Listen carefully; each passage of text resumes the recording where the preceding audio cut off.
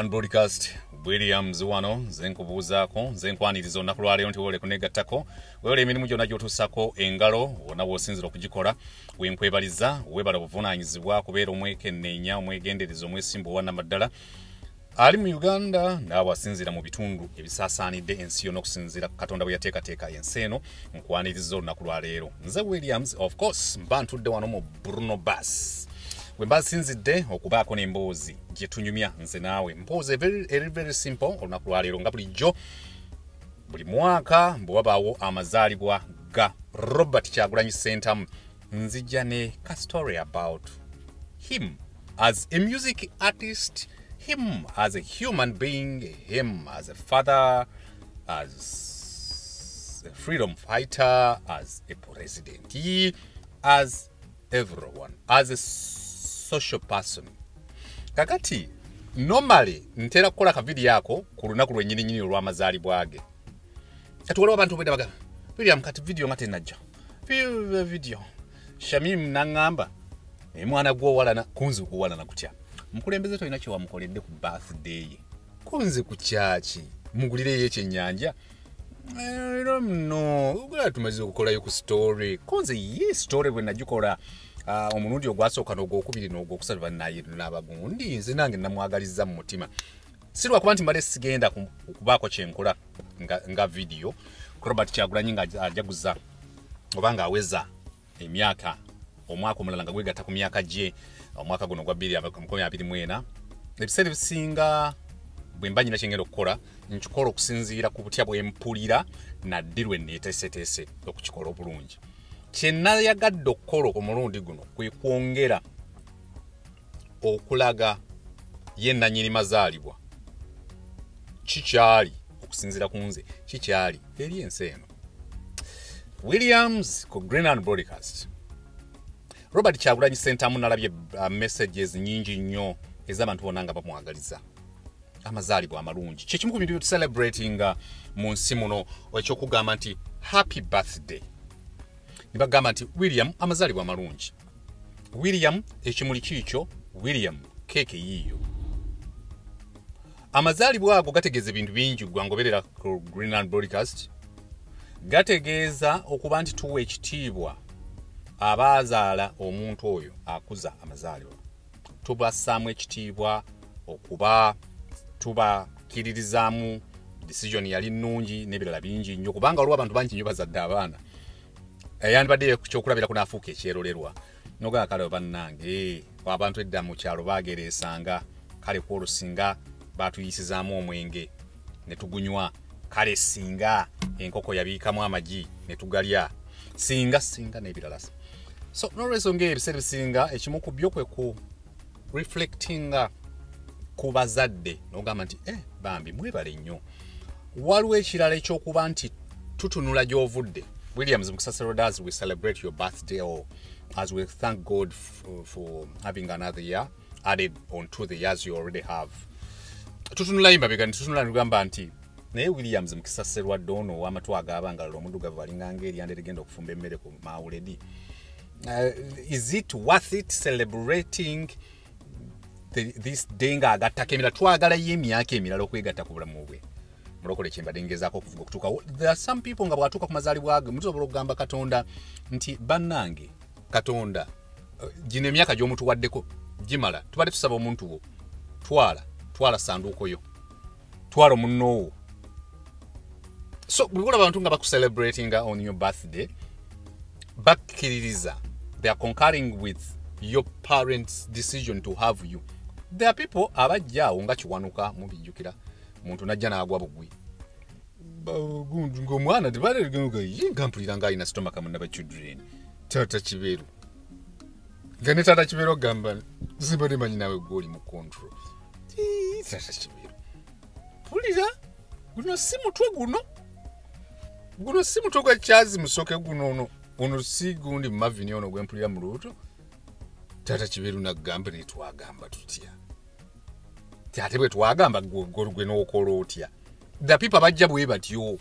oba oli awo ebbubu nga waali atudde ku katebe nga temwamwetegekereddeko omwana nga oli mu kunywa na kakyali gwe wazze otya mu nnyumba muno timwanzadde kuva kuddinga tukuzaala nti maama oyo yanzadde n'agamba gwe taata maama kiberu n'ozaala n'otaŋŋamba ti ate kati nze nsobola ofuna sitomaka munabakidule eno yagala kumpita mwenzi n'ebirala bingi nnyo jokes aside. Amazaalibwa kutunuulira abazadde bakola decision yali tebaatuleetera mitawaana. Ekyokubiri bikisofa by'osobodde okukola ebitusirikiriza okutuuka ku kujaguza birthday yo. Ebyo bibiri. Ekyokusatu looking ahead of you okugamba nti kali kenkugambye oli worth okugamba Katonda nti okumanya n'okutegeera amagezi bikubeereko obukuumi, okuganja, omukisa, okuyitimuka prosperity, okuyita okukulaakulana biri worth it ku muntu ono gwe tujaguza. Ekyokuna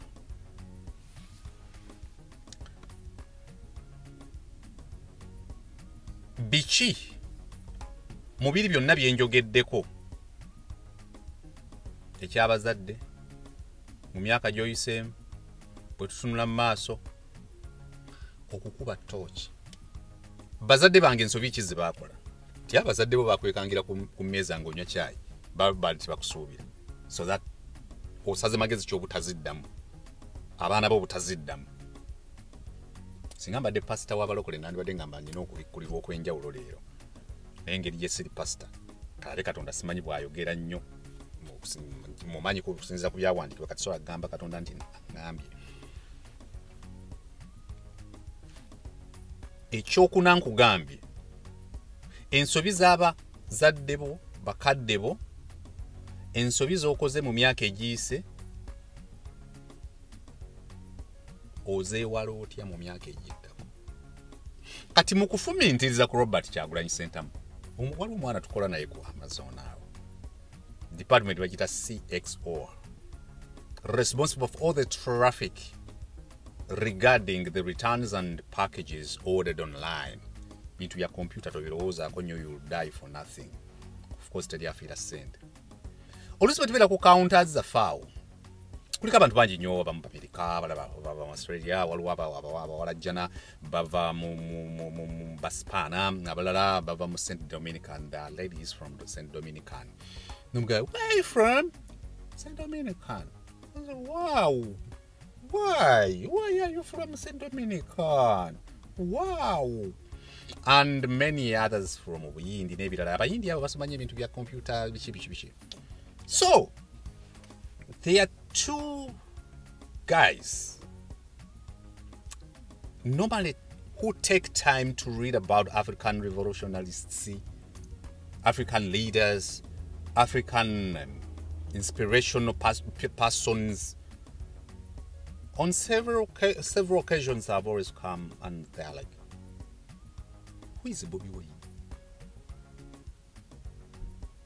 Guy from Australia. Yeah, man, who is that guy Bobi Wine? Who is he? Do you know him? I know you're from Uganda. Who is Bobi Wine? I'm like, he's Bobi Wine. Nibaseka. Bobi Wine bwe bafulumya eno filimu gundi cinematography wa videography wa Bobi Wine the People's President. Guy n'andeetera William again. Myukisa konza ya mumukisa. Siri myukasi. Nja kukukuba gwe. Myukisa. Again you guys having a documentary. Guy najja is nominated.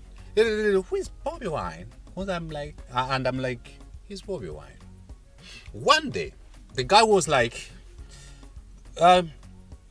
today shall go do bag on me. Mutuja kola baga on him. Mutufune baga. Nze no katadoba kubagamba baga. Baga manya mwine emmere ya mwe sijajita emmere. Mwine emmere ya mwe y'abazungu. Konza like coffee. I need coffee. Okay, shall do coffee on me. Mbwaja kuntwala ku coffee nga ye biri. Konza, why? I want you to tell me a story, a real story about Bobi Wine. Nemune na mwegattako. Nimbagamba bamuliyemu ssente Bobi Wine.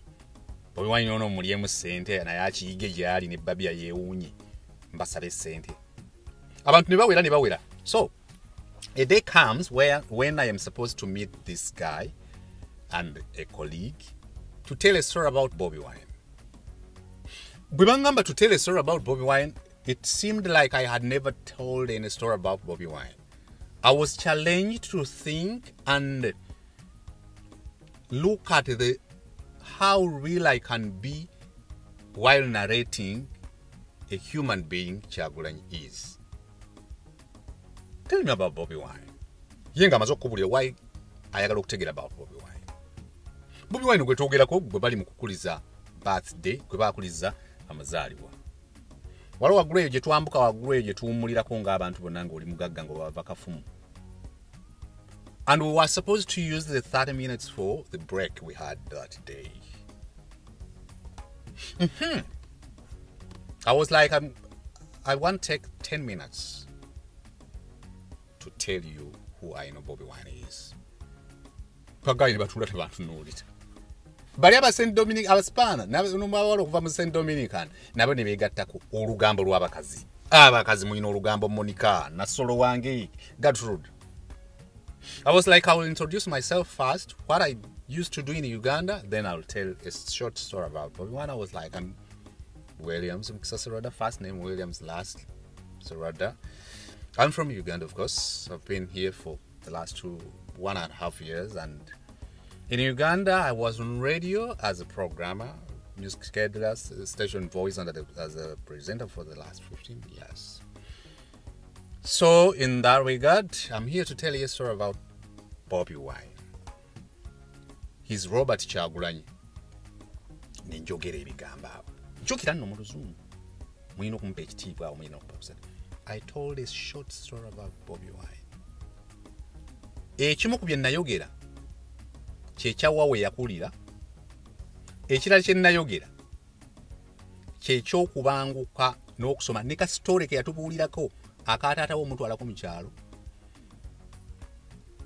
Ekirala kye nayogera kye ky'okuba nti omukyala afumba eka ate basooka kuzannya maama ne taata mu muzannyo. Ekirala kye nayogera bwe butya bwe yali afaanana n'endongo gye yali akuba ne bwe yatuukanga ku bantu. Robert Kyagulanyi Ssentamu ne nnyinnyonnyola ki kye yasoma yakisomerawa. Robert Kyagulanyi Ssentamu n'engeraageranya kye yasoma na butya bwe yakiteeka mu nkola. Robert Kyagulanyi Ssentamu biki bye yayimba okusinziira ku bwe yali afaanana ne society mwe yali abiyimbira okusinziira ku nviiri ze ne bwe yali afaanana. Robert Kyagulanyi yayimbanga ki ng'abantu babikonsuminga batya. Robert Kyagulanyi okufaanana ko ba Robert Nesta Male n'abalala bonna bafunanga okusomozebwa ne media mu nsi zaabwe. Ye Robert Kyagulanyi abafaanana ba Shabba Ranks ye yeeyisanga atya ne bannamawulire ab'emitendera egy'enjawulo bwe kyatuukanga mu kufuna enkwatagana ey'okututumula ebitone bye. Robert Kyagulanyi Ssentamu enkolagana ye yali etyanga Bobi Wine artist ne ba artists banne. Robert Kyagulanyi Ssentamu enkolagana ye n'ekitiibwa eri obufuzi obw'ensikirano obumutwala obwakabaka bwali butya. Robert Kyagulanyi Ssentamu oluno tuyingidde mu ddakiika 20 bino lwakuba nziruka misinde olwo mba nnyonnyola bali break time enaatera okuggwako. We tutuukira mu ddakiika nga 25 nga ndi mu kunnyonnyola stories babuuze ebibuuzo baddamu bwe mbaddamu gwe bayita team lead, a person responsible, the one you would call a departmental head, came and joined. Netumanya kakati atugamba tuddeyo tugamba naye Ethan ebintu bya Ethan. I was like, what are you guys doing here? What are you all doing here? Mukisa is telling us a story about a musician from Uganda who turned into a politician and is now heads on with the sitting. Nebateekawo ekigambo ne bagazi kibaddemu ekyo kye muyisa omuntu. Ekyo si kiriimu, ndi muntu alina abaana. Ekyo si kiriimu ne mbalabulirawo. Ethan Natula, would love to hear more of that. Akutte cities is gadgets that cause the scanning in and out or closing the boxes nebirala bingi nnyo tobirowooza ko you will die for nothing. I continued with a story or series of stories about Robert Kyagulanyi. Nembaga banyonyola enkolagana ye n'Obwakabaka enkolagana ye ate awo ino okubanyonyola a little bit about Buganda Kingdom. Nembanyonyola about obuwangwa n'enkolagana ya Robert Kyagulanyi, about enzikiriza ya Catholic Church, relationship ye naye. Telling a story about Robert Kyagulanyi, telling colleagues at work, nentandika okuwulira nti yabaddenga short story tandise okuwanvuwa, and is the person you're celebrating birthday. Kati every yango okumutelingako a story. All storytellers and novelists n'abalala n'abawandiisi bagenda kuwandika about that guy. Oyo omusajja Robert Kyagulanyi gwe mulina in Uganda. Bagenda muwandika because bo bagenda kulaba ebiri beyond our eyes. Bagenda kupangusha macho yabo, bajja kususa amaaso gaabwe ffe wetulaba. Ntera nnyo kujobaga nti Robert Kyagulanyi wetaaga okujjamu okay kati simulaba mu byabufuzi, but who is this guy?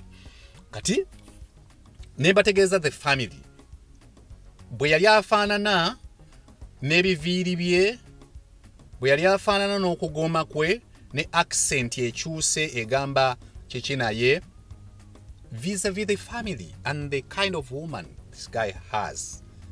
Byonna nga mbiteeringira bali for free for coffee, and which coffee went cold because nga ntandise okwogera mwoyo wa Mukama nga ndiko, I could not take in coffee.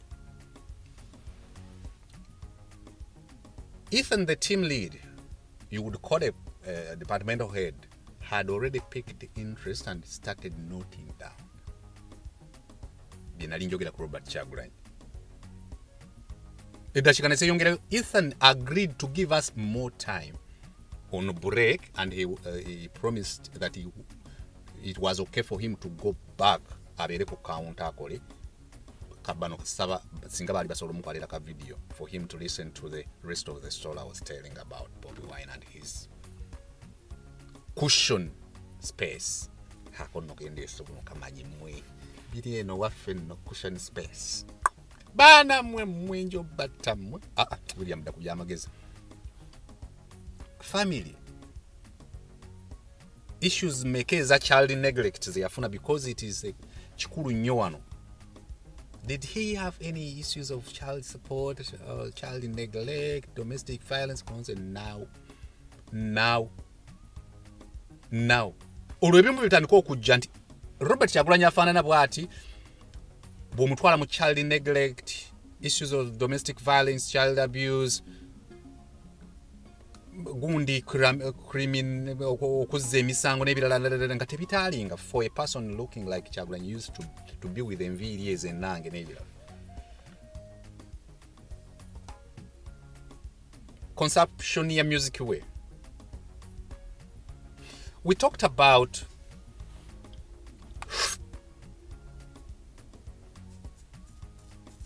okunywa omwenge, okunywa ebintu byonna sigala n'ebirala.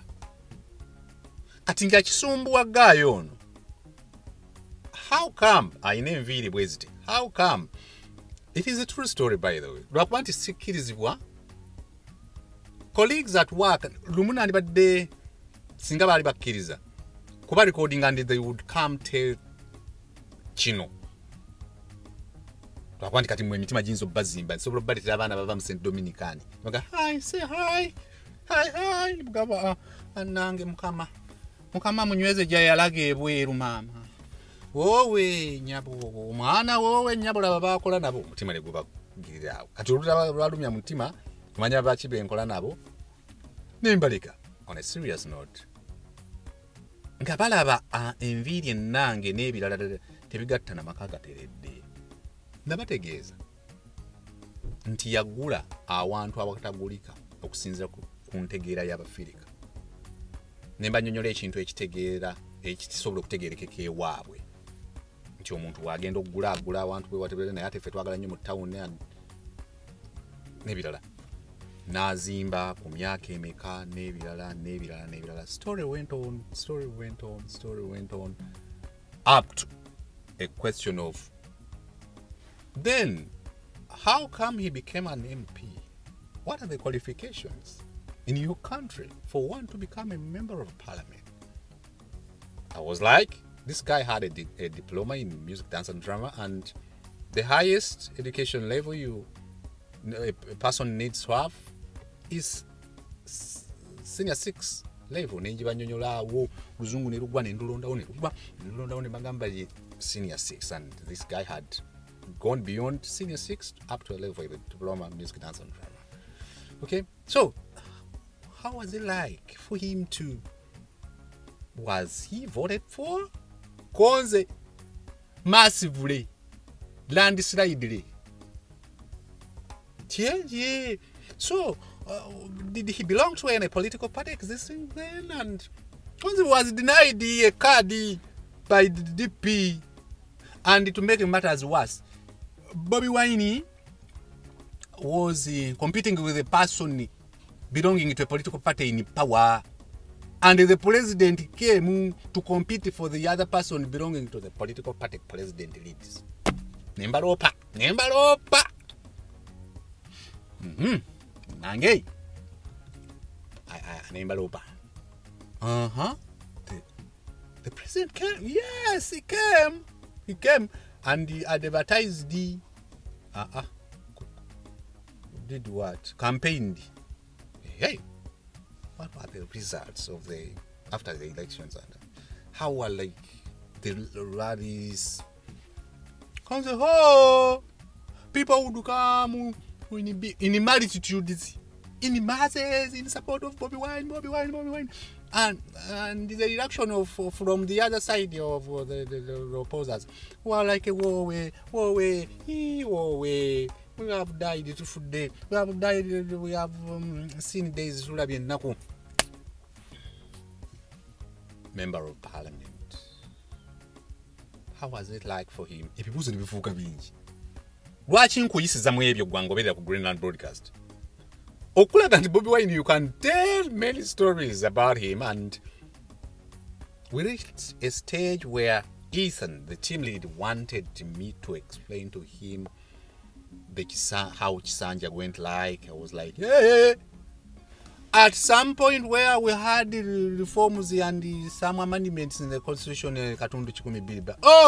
We even had Jack Norris, judo, karate.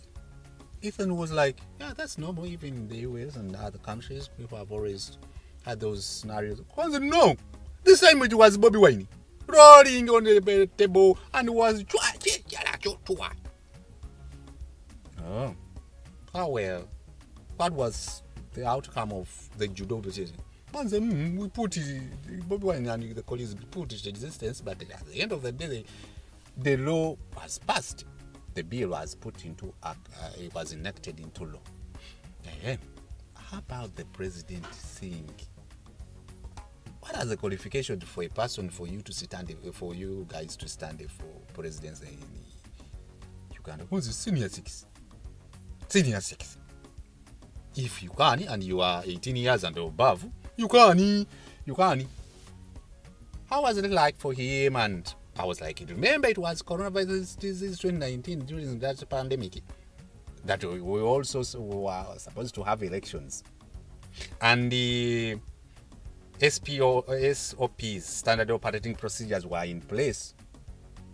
I was like, should I report to these people that standard operating procedures worked on other people and others were not? I was like, William, what are you dying for? I was like, no.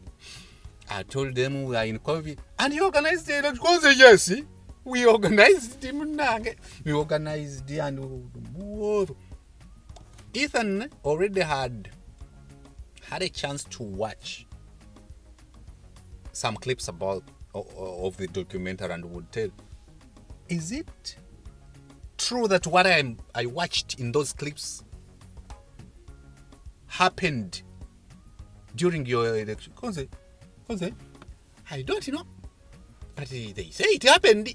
Yeah, that it happened. But it happened that and die. And some die.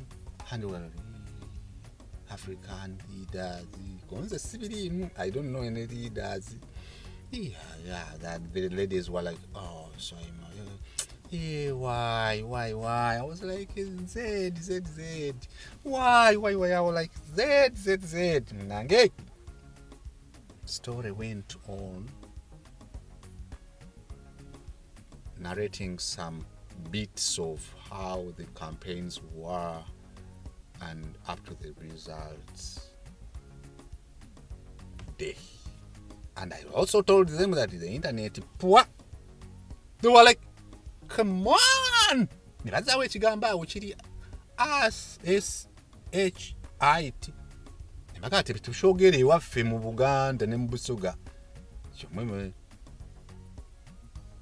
Who does that? Konze him. Hey, you look at this one. Who does that? Him. I was like, the internet poor, the internet poor, and the Kyagulanyi home. Who? What's that? Is that democracy? Konze yes.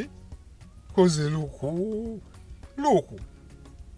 Altre family. Now, you have not talked about the safety of his kids, the wife. I was like, the wife. Also, people power. Also, the wife. Naita give him talk. Naita should be. That will run na. Wife. Chuduleni. Onze ye nange.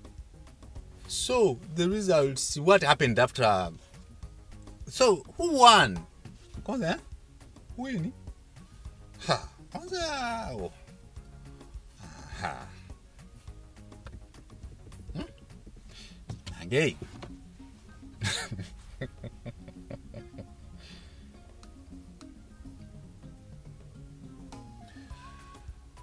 Angoberera ku Greenland. Bikunyumizange byokuseka, but I told a story, and the story I told made more meaning when Are, there is a lady from Puerto Rico who shared the video that she had captured while I was explaining to these guys.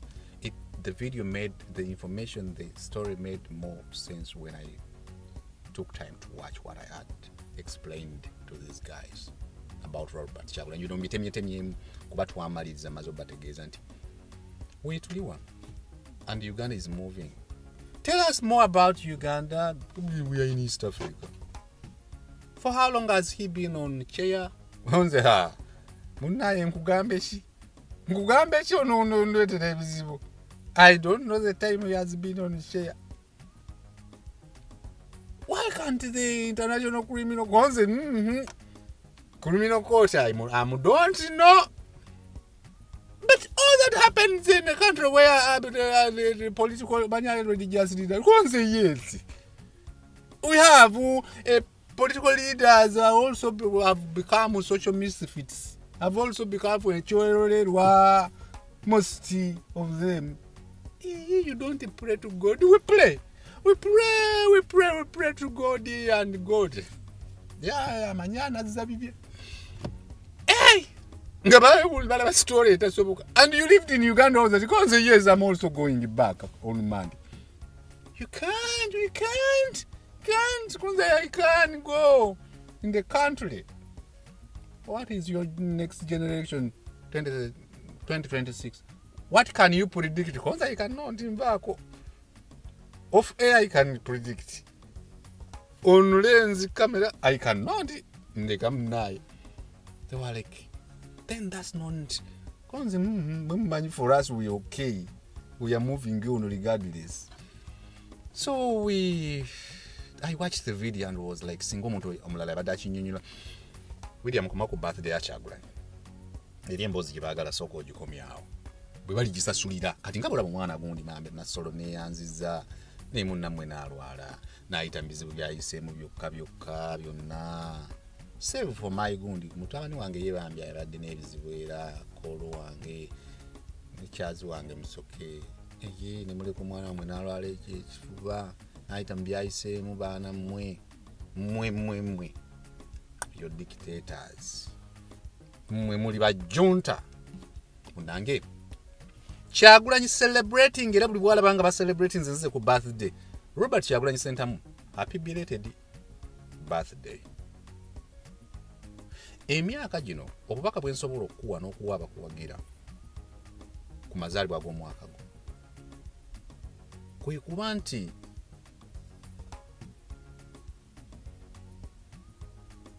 oyinza okuba badde okikola naye yongera okukikola ekyokweyawula. Setting aside yourself, setting aside time and yourself to meditate. Joko mukula nga weeyongerayo emyaka egyo nga giwera. Ebirungi bingi ebigenda okujja. Emikisa mingi egikwolekedde. Katonda ne bajjajjaawo bagenda kwongera okuwa embavu obusobozi n'amaanyi kusinga ne baali babikuwadde, in my opinion. Naye n'okusoomoozebwa kugenda kubeera kungi. Obugumu n'obugulumivu obw'ebyo ebigenda okuwaŋŋanga bigenda kweyongera.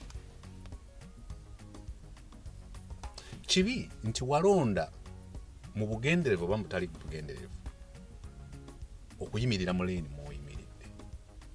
Nga bwe wali oli mu leeni ey'okuyimba endongo, wali oyimba ennyimba zo ng'era tebasobola ziwa makulu kuba tebaaziraba mu makulu, tebaaziraba mu nsa, ensonga ki nabo tebaatwala budde kuzifaako. Wali okke. Muno ebizibu bwe bijjira oba okuyitibwa mwe kujjira ne weekanga ng'oli mu leeni eyo. Bw'oba oli ku mwasanjala njogere waawa ow'oluguudo lwonna olulimu obulayini bwe batema bayita lanes, mu butanwa ku state highway kuba omanyi gy'ovugira New York, Washington DC, Pennsylvania, Illinois, Minnesota, Chicago, waliwo olumu bwe weekanga ng'ovugidde mu lane n'ogamba aizulu ku speedi y'emmotoka zino bwenda bazitambula bwentala bwenti mbunzire watuufu bajja kuba bampa eno n'ab'ekafumu bafuneko kopi. Kanninde n'agenda kwekizita eddako n'enziramu n'enkyuka n'engenda gye ndaga. Kyagulanyi ng'otambula mu bulamu bwo obwa bulijjo weekanga ng'emmotoka gye wali ovuga wasituliramu n'abaana bo ne famire yo n'obatuuza mu leeni mw'oli olwaleero. Mu leeni eno mw'oli nkutegeezezza nti bw'otunula emabega oyinza okuba olina by'olaba as registered stories, success stories. Naye ate nkimanyi nti bw'otunula emabega waliwo by'otunuulira Robert Kyagulanyi n'okaaba. Message yange ey'amazaalibwa tekoma ku happy birthday. Kutemaatemanga gye natandikidde tikitegeeza okutunuulira abazadde abaakuzaala kuba omuntu yenna yakola ekisoboka yakola decision ntuufu oba nkyamu nga bakuza amazaalibwa g'omuntu okutunuulira olugendo lwe lwatambudde, okutunuulira is it worth it okumwongerayo mu maaso era asobola atya okukola analysis of strengths, opportunities, weaknesses and biki okulaba way forward. Oyina okuba nga Kyagulanyi kati wano wooli otunula emabega. Bw'oba ogenze mu imagery art bwe tuba tukola nga tukwata videographer omuteeka ku audio, some writers bamanyi okukuba ebifaananyi byabwe mu mutwe ne babituuzaako ebifaananyi. Ate ffe abawandiisi obeera wano wendi n'otandika okuwandiika n'osiiga ekifaananyi ekyasoma kyagenda okufuna ng'asomye ekitabo kyo, ng'asomye post yo, ng'asomye article yo n'ebirala bingi.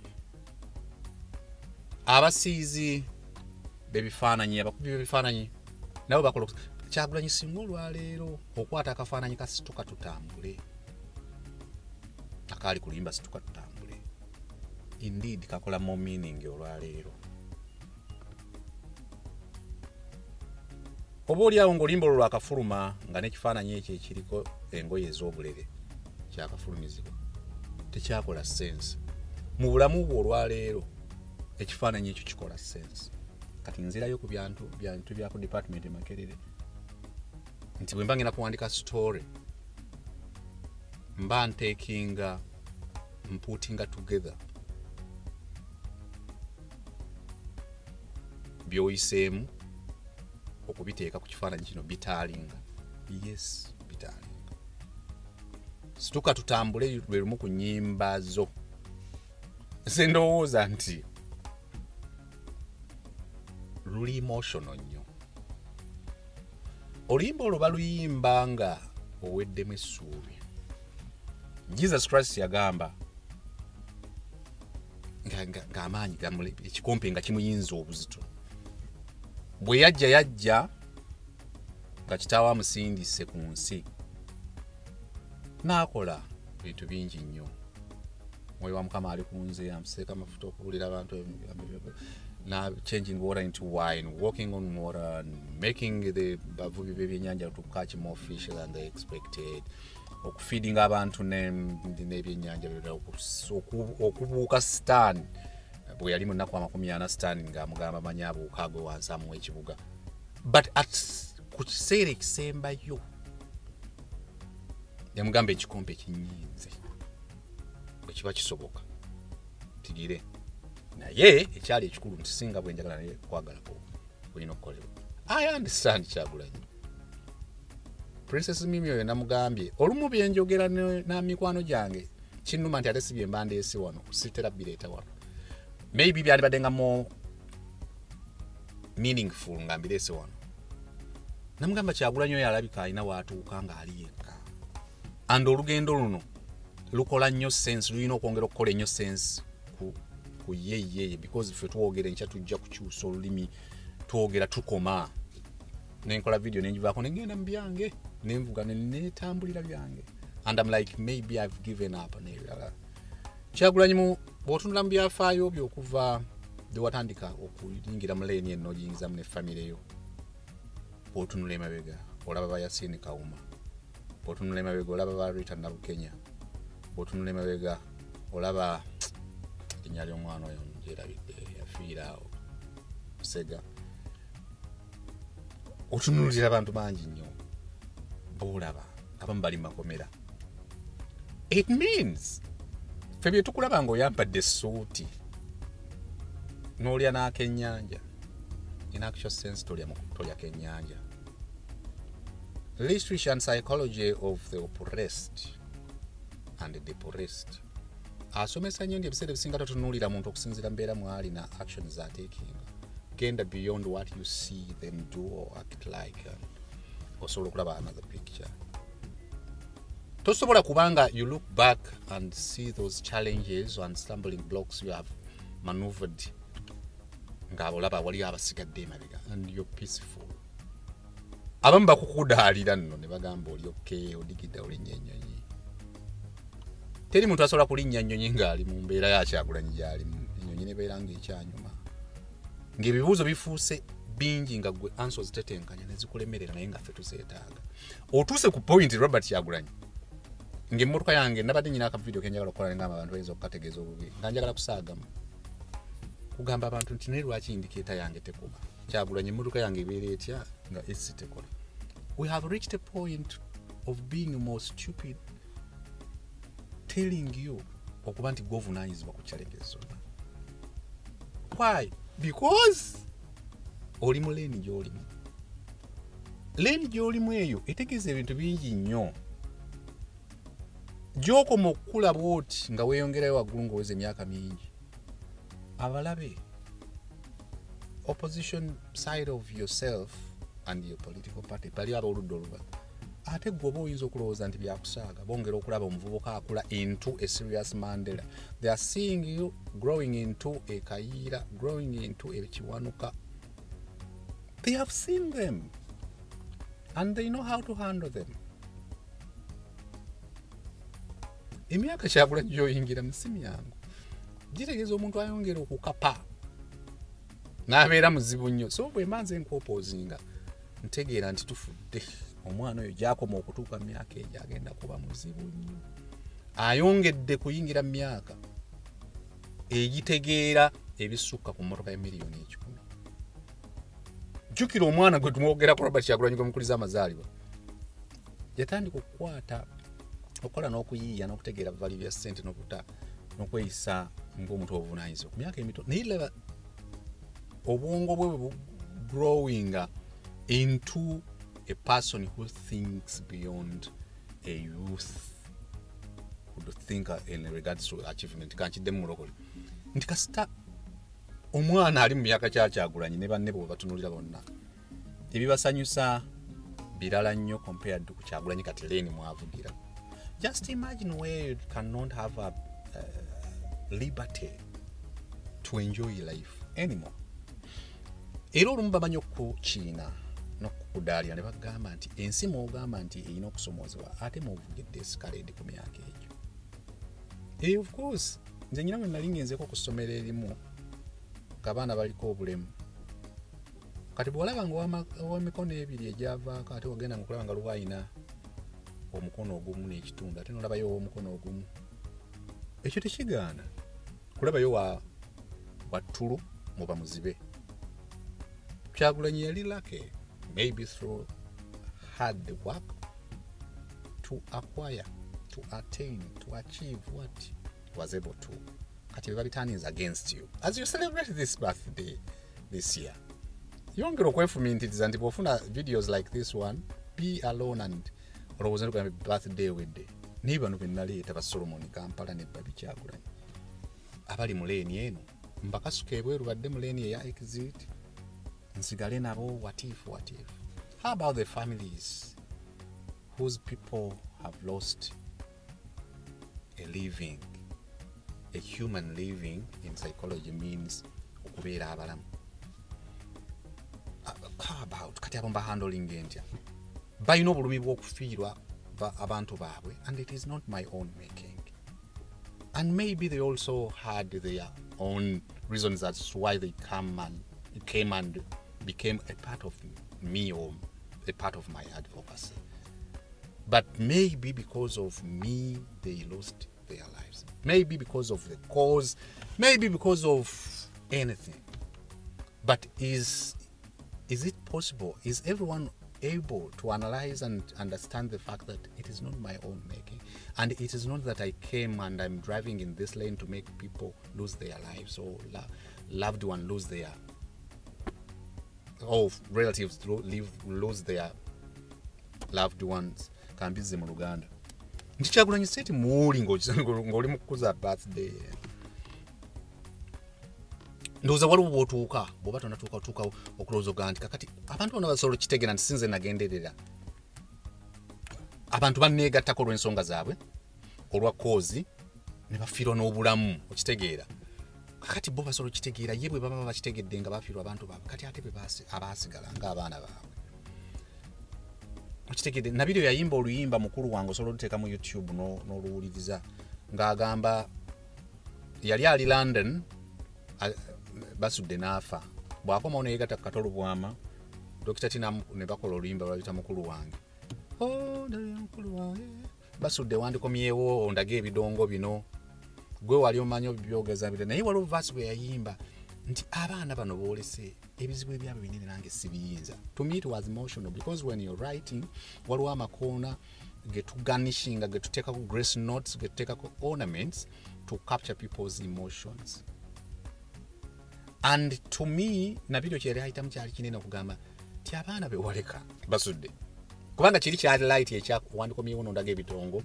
Bidongo was about mulimu kale n'okunyumirwa because endongo okola onyumirwa, but n'abaana be waleka bangi nnyo n'ebizibu ebyabwe bye balina binene nnyo bizito nnyo nange sibiyinza. It was emotional. So kane Kyagulanyi ayinza okutatuuka 100%. And let me tell you, omuntu afiiriddwako muzadde we naddala nga bakutaddemu enwenti, it is because of you that those people lost their lives. Osobola okumuwa enkoko omuntu oyo n'atagisiima nga ye ayagala kulya bijanjalo kitaawe yamuwadde. Those are the challenges this guy is going through. Okugaba enkoko ne bagamba wa fe muzeeyi waffe yandibaddewo bwe twandiridde ebijanjalo. Buli bawulira ba propagandists nga boogera bye boogera bagamba maybe Kyagulanyi ono yali olukwe muntu waffe. So as you celebrate your birthday, my message this time is about reflection, to meditate and reflect on the journey you have so far being able to travel regarding the lane you're driving into alongo kyonna mumanyi oluzungu reflecting okulowooza nogamba kino kiggwa kitya naye kubanga oyinza okuba ogira nogamba kale kankiveemu but looking back kati bwenkivaamu zino families. And on top of that, there are people believing in you. I see people across the globe. Staff room. Across the globe meaning all the continents. That means emyaka ejidako gigenda kubeeramu ebirungi n'okusomozebwa challenges sagala ziyita problems by'olina mwolekera akalulu ka 2026 and katandise dda as you celebrating okufumitiza kubeere kungi abantu bagera kwogera ebintu ebitakwatagana Kyagulanyi abantu bagera wabalabye edda mu kisanja kino Kyagulanyi ebimu byandyanguye nnyo singa abantu be bonna baafuna card because of the National Unity Platform People Power and the name Kyagulanyi singa babadde bali at pa accelerating as per the traffic gwe mulimu singa bonna be mu piibo bamwe naye abamu bali mu Slumberland. They are already complacent, stagnant. They are more politicians than people advocating for the real thing you are advocating for. Nchimbanyi osobya abala pamanyo ga Kyagulanyi tasobya. But again, bwe munayimirira ku nsobi za Musa mumaliza mwena mubifiiriddwa. Bwe munayimirira ku birema Musa abaana ba Isirayiri balina ebizibu bingi basanga. Ate bazibu Musa yali akubye yali asonze mu lwaza as per God's instructions. They had man, they had water from the rock, man from up from heavens. They celebrated. Following days, the guy had a challenge, made a mistake. Instead of kusonga ku lwazi, striking.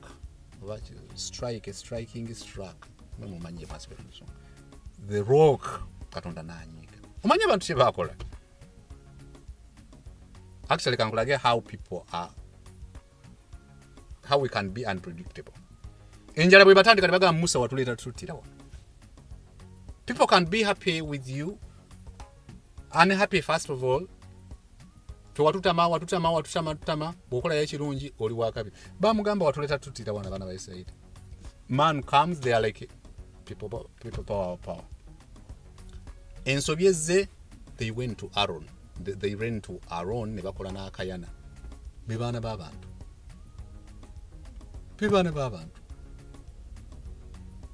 Kyagulanyi mpuliriza abantu bo nga bali ku TV stations.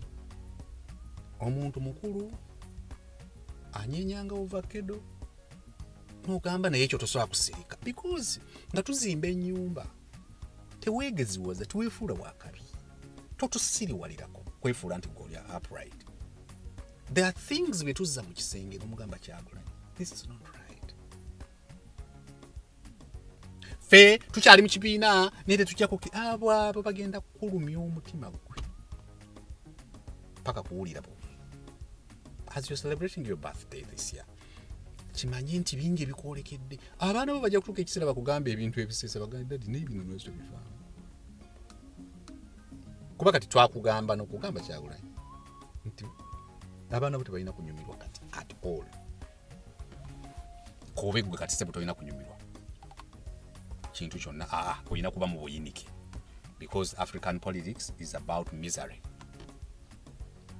Naye munnange nannyini mufulu aki yetafuna kuwawunya naye n'akwatawo okko. Nkwatiraako lwaki bufuuka obumba wanti kakati Kyagulanyi yabeera. Bino mbikuwa as according to what I feel. Mbikuwa nga bwe nandibiwadde singa mbadde ndi mukola a story about any African person ngafana na Kyagulanyi era bamulu muti bantegera bagane ono naye ne Kyagulanyi abampulizanga ku radio nga njogera Lucky Dube n'olowooza nasuze naye. In Uganda nali omu ku bantu abasooka okuzuula n'okufuna ennamba ya TK Dube, Bongi Dube, Nkole Dube, Daniel Dube. Nti nali nkoze research mungi nnyo nga Lucky Dube mpulira. Ne Lucky Dube bwe yajjanga Katolobwa malina okufuba meeting Lucky Dube. There are artists. One time in New York in 2015 I met Monique Seka. Ne mugamba gwe nkwogerako story you don't know no good. Ne mugamba gwe Mazaalibwa. Kandi bongo ne musange Sheraton. Ne mugamba bakuzala mu Inongo. Albamu ye yasoka yafuluma wege. Naga why? Tontama. Kunzi nange tontama. Payo sent na mpaya. The people Kofi Olomide na musinga. I was like ngansobola okwogera amanya ge gonna Antoine Christopher Gibepa Mumba jono mu Pao Double King. Naseka Cindy Leka niyogera bwensala okwogera about a person I take time kati Kyagulanyi ati je mwangu nnyo okufuna byensobola omwogera ono wamme wane magere ono we magere ono nga nemo okuteringa ko stories ono Tata Solomoni. So abantu bangi Kyagulanyi toyina okugwa amaanyi. At some point you become a blessing in disguise. Bantu bangi bozimbidde amayumba. Tokiwulidde mu lokole Kyagulanyi nsoma kitolese ebirabo bya kuzimba kyaki. Bangi bozimbidde amayumba. Kata oli mukumbuuza mbu ate nga banvuma.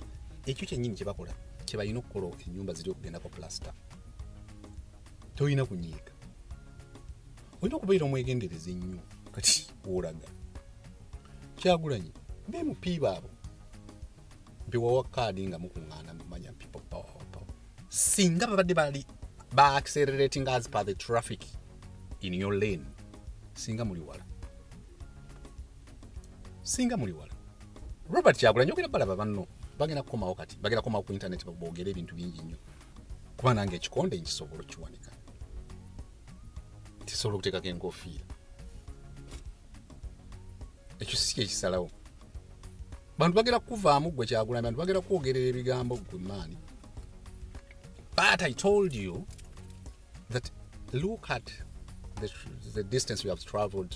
Wekube mtocho gambe waliwo ebivuddemu nti n'ebimu byolabanga ebitakola bikola kuba abamu ate babifunyemu. Waliwo abantu abamu nga tebandivuze ku ttaka Kyagulanyi, ng'abantu abamu tebandirinnye ku nnyonyi, ng'abantu tebandizimbi. Negino emiyembe gyammwe gye munyeenye egya koona wajja n'oginyenyanyeenya mukavuvungana abantu ne bafuuka ab'amaanyi. Era Kyagulanyi tokola ensobi tujja kukuba emiggo gya bwereere ffe in quotes. Tova mu kintu kuba bw'okiviiramu oba muti ogusuula ebisaaniiko tunaayera ki. Olina okubeerawo Kyagulanyi tukukube in quotes tusigale nga tusobola okufuna ekyokulya. Kyagulanyi bingi byensobola okumwogerako. Briefly today as I celebrate him, of course mumanyi nga Gayo yaya contributing greatly to the music industry up to right now. Bamu bagamba contributing Kyagulanyi abamu kati atelekero banyigira kugamba naye gundi ono lwaki tali kitundu kunze.